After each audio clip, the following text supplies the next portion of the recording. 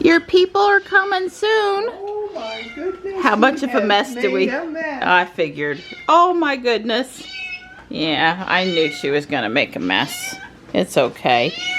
Good morning. Did you at least eat some of that food?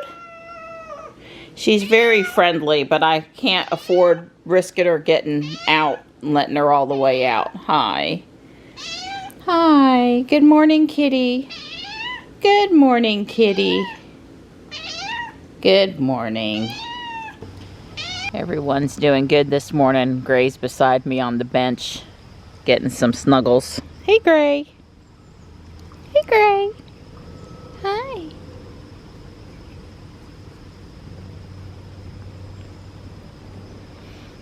Hey, Gray.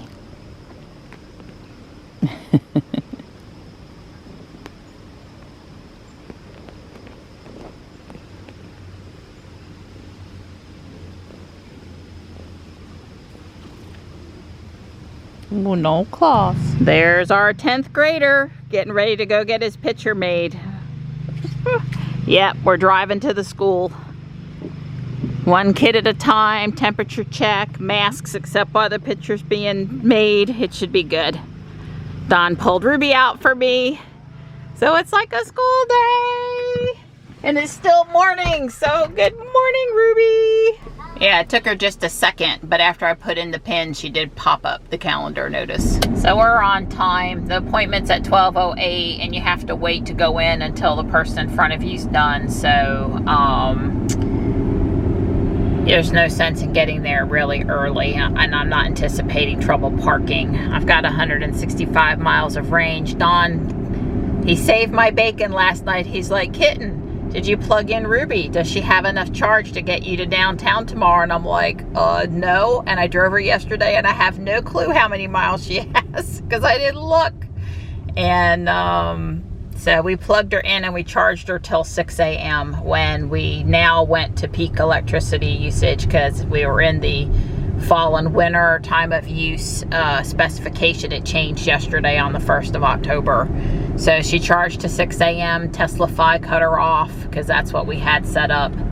And as obviously this is plenty of range. I think based on, I plugged her in at 3 a.m. or 2 a.m. and she needed 5 hours. And yeah, I think it was 2 a.m. she needed 5 hours. So she charged for approximately 4 of the 5 hours to get to an 80 or 90% charge, whatever I have her set to right now. Anyway, I am so out of the loop on charging because, you know, I really only need to charge her once or twice a week. But thanks to Don for being all prepared there and thinking ahead about my charge today. Now, even if I woke up and she only had 80 miles, I could make it downtown and back, but I would be well under 20% by the end of the day. And what happens if I want to take the long way home?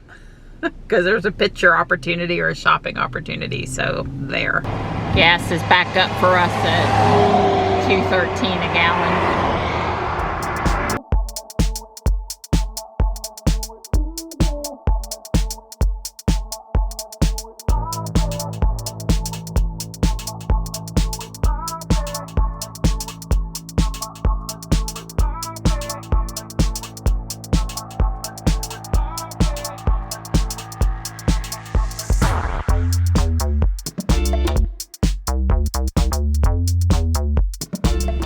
I don't miss getting up at 5:30, but I do miss being in the car with Johnny and the ride into downtown. New viewers you know, don't know unless they've gone back and watched older videos, but I was basically driving from Fuquay to downtown Raleigh twice a day to drop Johnny off at school in the morning and pick him up in the afternoon. The advantages of this school and that plan being that he gets to take college classes next year that can be transferred for when he goes to college. He'll have 2 years. Some of the kids graduating from this school have 55 college credits to transfer, and the transfer rate is good for you know, especially for North Carolina schools. So at any point, I do miss this view. I do miss the drive.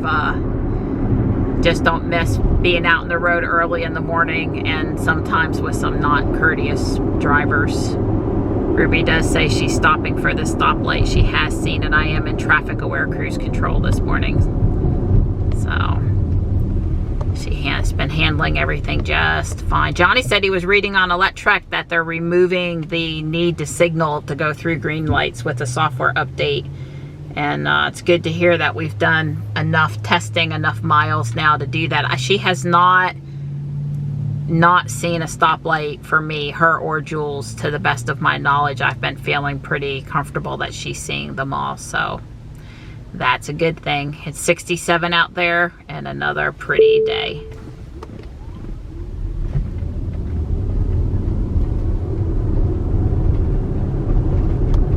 Wow, the McDonald's on the corner over here is being remodeled. Wow. It was older, and the parking situation, the drive-through was almost too narrow to even go through, so I fully support them doing that. Yeah, I mean, you know, Johnny and I were intimately familiar with every last little thing going down, you know, I guess through the middle of downtown Raleigh when we were here every day, but we haven't seen it much since March. There's definitely a few changes. Yeah, Johnny got a whole bunch of MVP Math 3 workbooks. That looks like fun. I mean, Mr. Gordon really only uses them to help supplement. Yeah, supplement. Yeah. I dropped Johnny off at his dad's house for the weekend. He'll be back Monday at 5. It is the fall break weekend here for the school. Although Monday was supposed to be a teacher work day, and they changed it to what they're calling an asynchronous day, meaning you have to do schoolwork, but you don't have to be at the computer all day. I'm not personally in favor of that for high school kids. They're really not at the computer all day. They're at the computer for a fraction of the day, and then they're sitting there doing their schoolwork as needed. So I don't see it. You know, they're worried about the kids being at their computer too long, but I sort of think it's a moot point if they're still at their desk because of the amount of workload. So, but that's what they pay the big educators to know. So, just driving back to Fuquay now. Pretty big white fluffy cloud sky.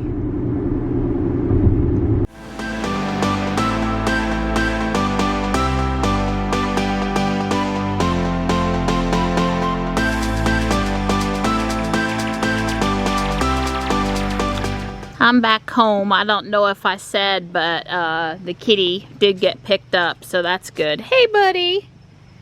Hi. I got my 2 girls was waiting here.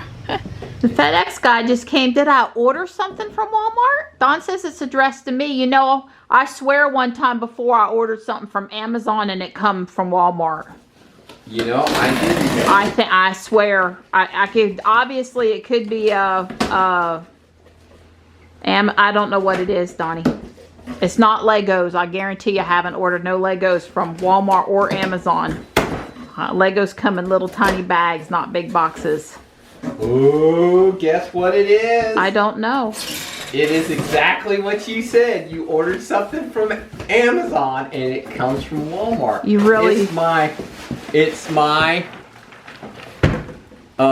single serving size pork rinds. We're having trouble getting pork rinds now, and it's a problem for us because we eat them like potato chips, and if we don't have them, it's not good. That's right. We eat them with guacamole. Don likes to dip his deviled egg mixture in it.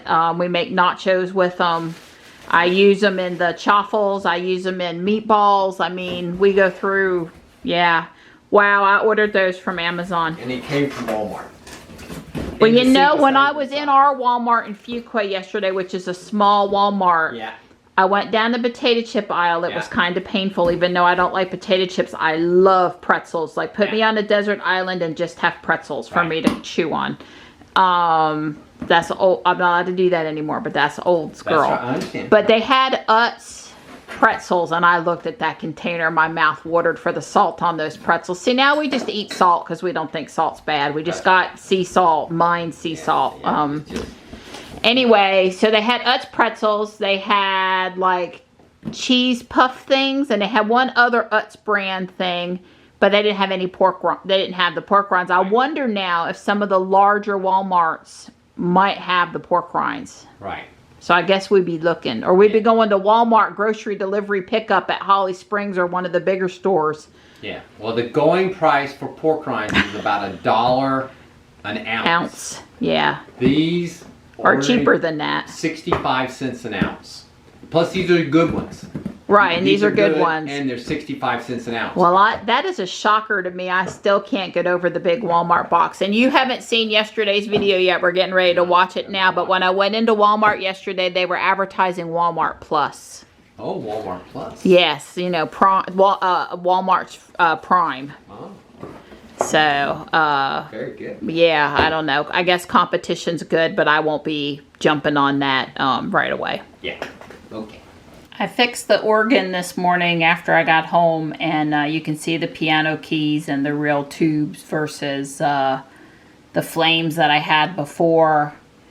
I am, you know, I started to complete the roof here, but I'm missing some pieces and waiting on them. And I just finished putting together one of the roof panels. Goes on, you know, somewhere over here. It's not exact on the back side, but I think it's right in all the important spots. In other words, around the edges, I don't have anything extra or less. So it should fit together okay. But it took a little bit of work to make that panel. That was pretty complicated. So Don's in here moving the reverse osmosis for the refrigerator, water and ice. It was under here that he had put it from under the house. This is the third spot to try to get it fast enough coming out of the refrigerator. I cleaned the fountain filter and I weeded over here. It had got fire ants up there, and you know, mosquitoes eat you alive, and I just couldn't mess with it over the summer. It's so much better now. See what I mean? My buddy's been keeping me company. He come and checked on my progress, and then he come back to the watch, the foreman's position here. Hey, bud. So you can see the old filter versus the nice white new filter. And the old dehumidifier filter, and it was as white as that. So we'll see.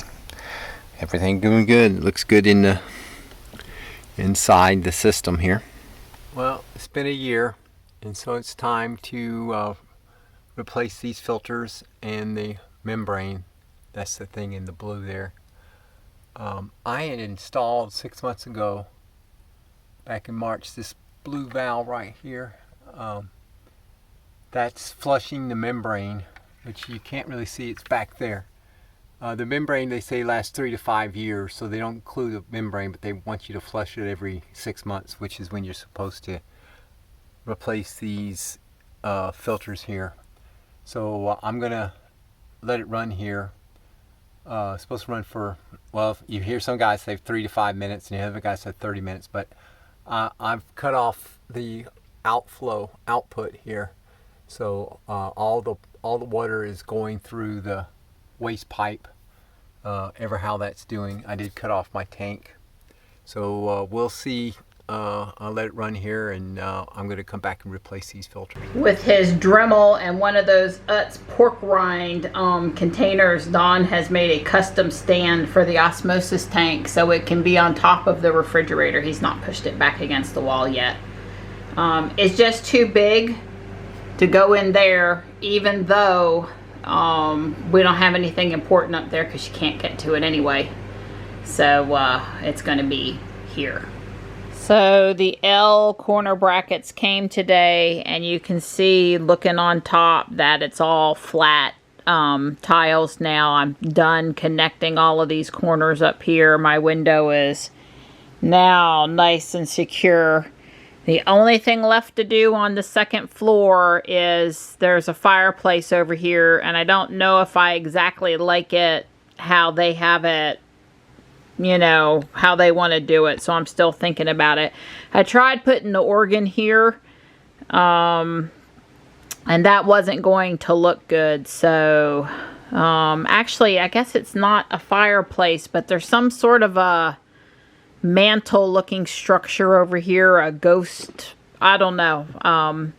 I still have to build this little thing that goes in this corner, and there's a couple of window ornamentation missing for these three. This one is how they're supposed to look, and this one is waiting on just a little bit, but that's you know, a couple of minutes to fix that when those parts come. So for all intensive purposes, the second floor, now that this window area is done, is looking good. And my slope pieces came for the third floor. You can see these have an angle to them. So maybe after dinner I'll fool with putting some of those on. I don't think that's going to take a long time. But Don's got the kitchen back together. The osmosis tank is all installed, and he'd appreciate it if his wife stopped playing with Legos and cooked dinner for him. So I'm going to do that now.